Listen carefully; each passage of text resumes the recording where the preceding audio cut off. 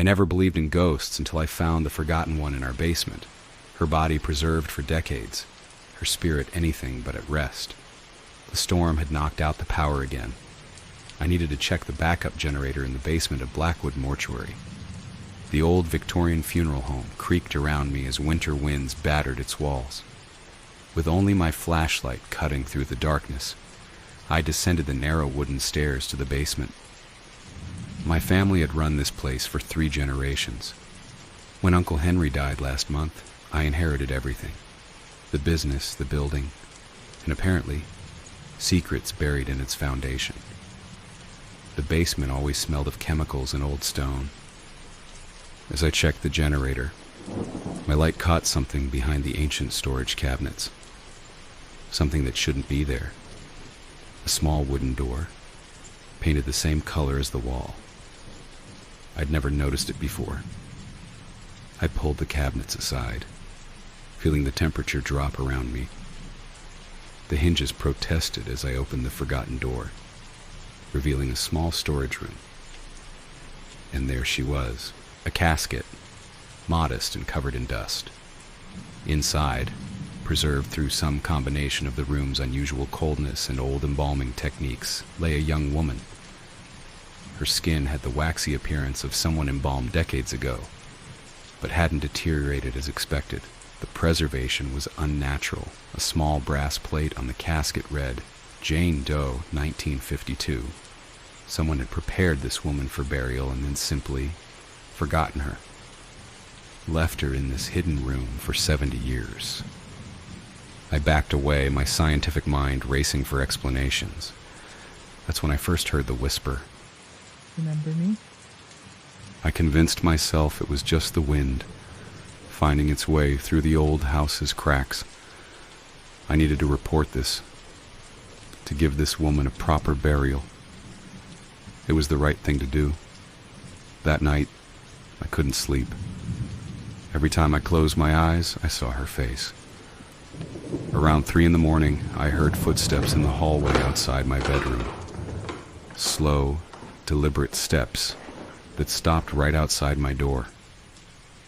When I finally gathered the courage to look, the hallway was empty, but the air felt heavy, like someone was still there, watching. The next morning I called the authorities. They would come when the roads cleared after the storm. I went to work, preparing a recently deceased elderly man for his funeral. As I worked, my embalming tools kept moving from where I placed them. The fluid drained faster than normal, and I couldn't shake the feeling of being watched. That afternoon, I decided I couldn't wait.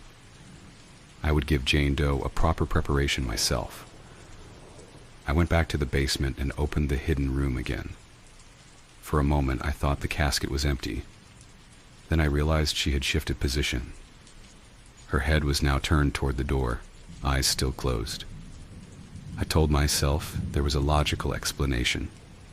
Perhaps the house had settled, tilting the casket. I moved her body to my preparation room, talking aloud as I worked, explaining each step as if she could hear me. The ritual calmed me. Science and procedure were my anchors in a sea of uncertainty. "I'll make this right," I said to the empty room. "You'll have a proper burial." That night, the storm intensified. I was alone in the funeral home, the wind howling outside. The power went out completely. In the darkness, I heard something scraping along the floor downstairs. Slow, dragging footsteps coming up from the basement. I froze in my bed, listening as they made their way up the stairs, down the hall, toward my room.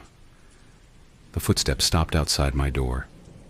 The temperature plummeted until I could see my breath. Then I heard the whisper again, clearer this time. Not enough. Remember me? I didn't sleep. At dawn, I went to check on her body in the preparation room.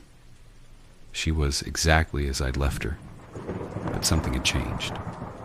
The room smelled of fresh earth and wildflowers, not embalming chemicals. On the wall behind her, invisible before in the darkness, were words scratched into the paint.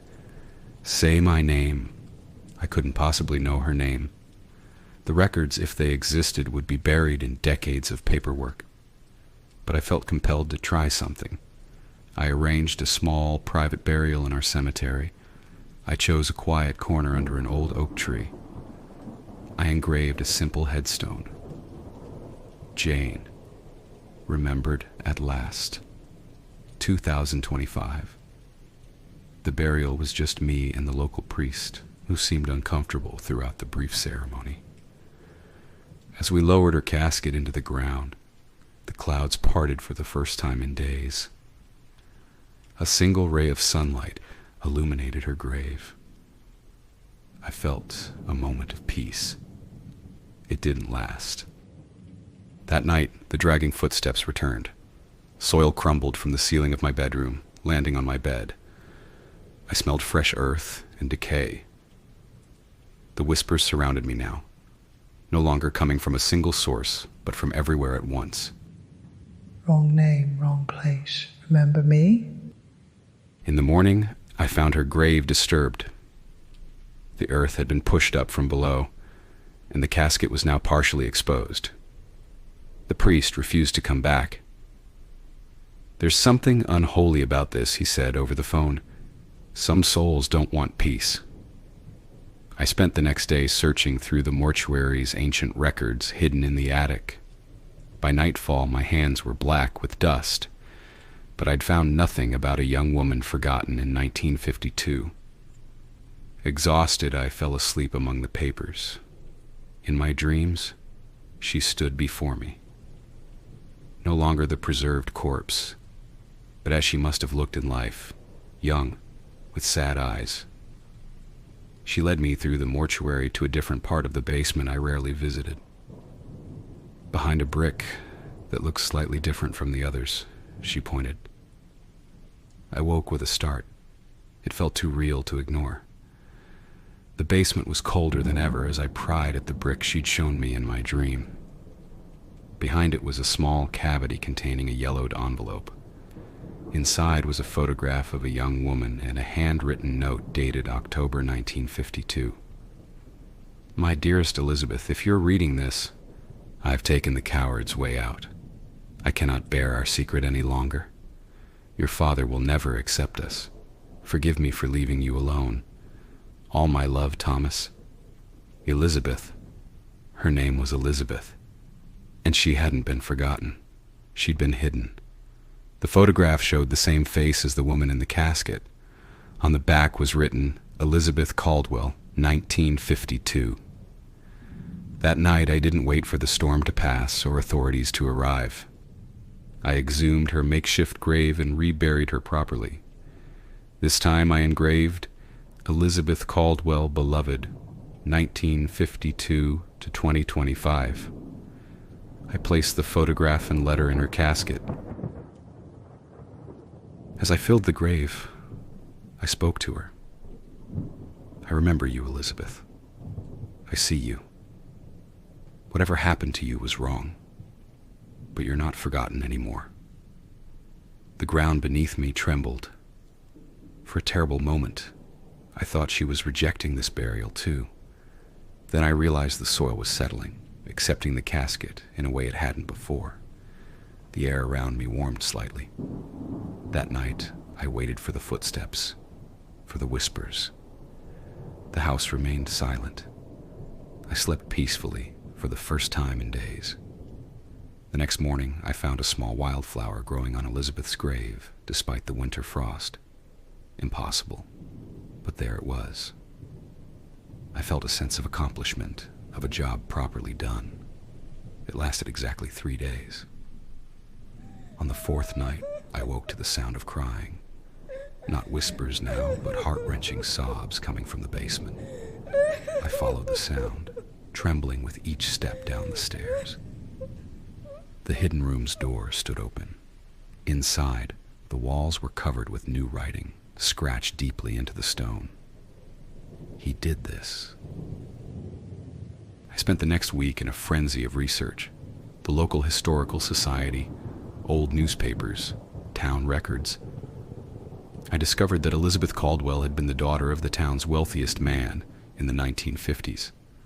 She had disappeared suddenly, with rumors of her eloping with a lover. Her father, Harold Caldwell, had reported her missing, offered rewards, organized search parties. But Harold Caldwell had also been close friends with my grandfather, who ran the mortuary back then. The revelation hit me like ice water. My own family had been involved in whatever happened to Elizabeth. Had my grandfather helped cover up her death? Had he hidden her body as a favor to his powerful friend? That night, the storm finally broke. As the clouds parted, moonlight streamed through my bedroom window. In it stood Elizabeth, more solid than before.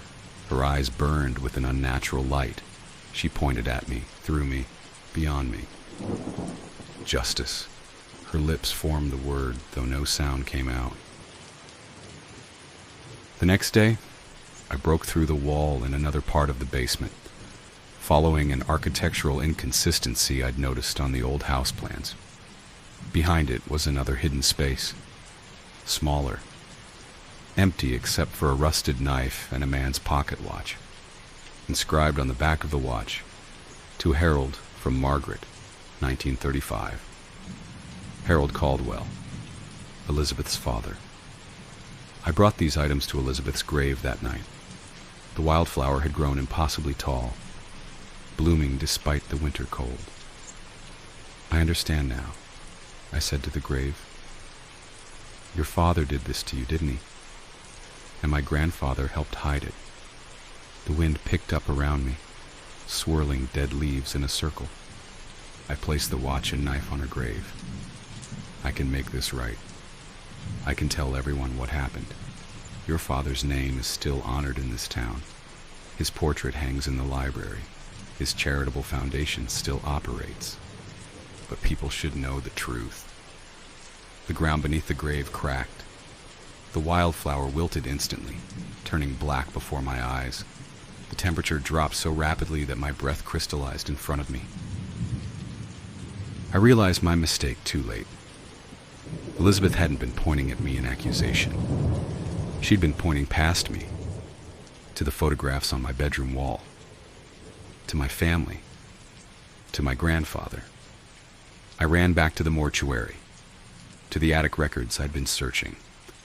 This time, I looked not for Elizabeth's name, but for my grandfather's journals. I found them hidden in a false bottom of an old trunk. The entries from October 1952 told the horrifying truth. My grandfather had discovered Harold Caldwell standing over his daughter's body, but Harold wasn't the killer. Elizabeth had taken her own life after her father had driven away the man she loved. Thomas, from the letter.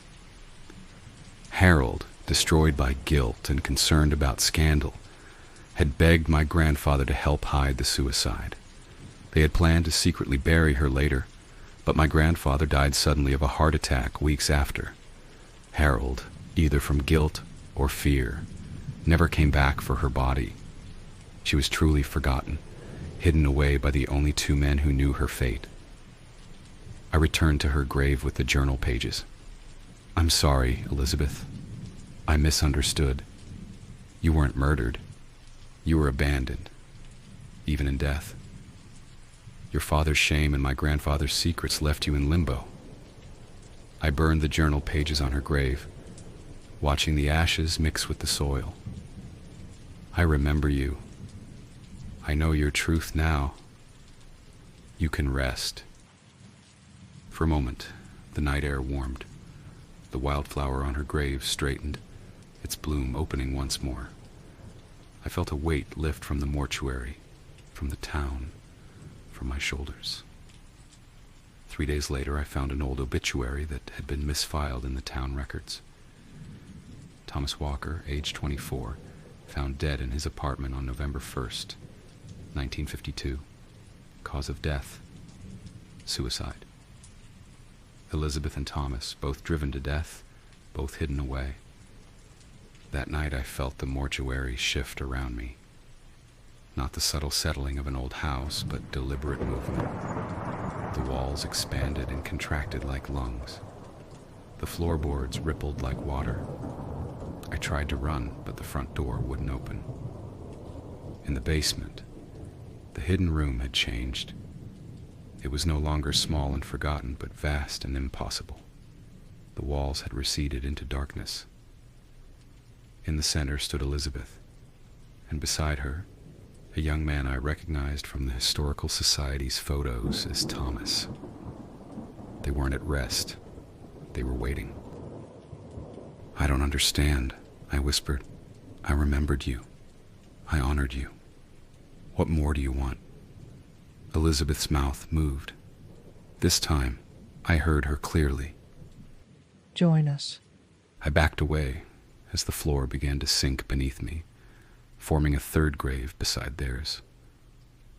I understood then. They didn't want justice or remembrance. They wanted company in their eternal limbo. The mortuary had become their domain, a place between worlds where the forgotten and abandoned could dwell together. And they had chosen me to join them. As the floor gave way beneath me, I grabbed onto an old pipe. Hanging there, I made a desperate promise. "I'll tell everyone about you both. Not just about how you died, but how you lived, how you loved. Your story won't be forgotten or shameful.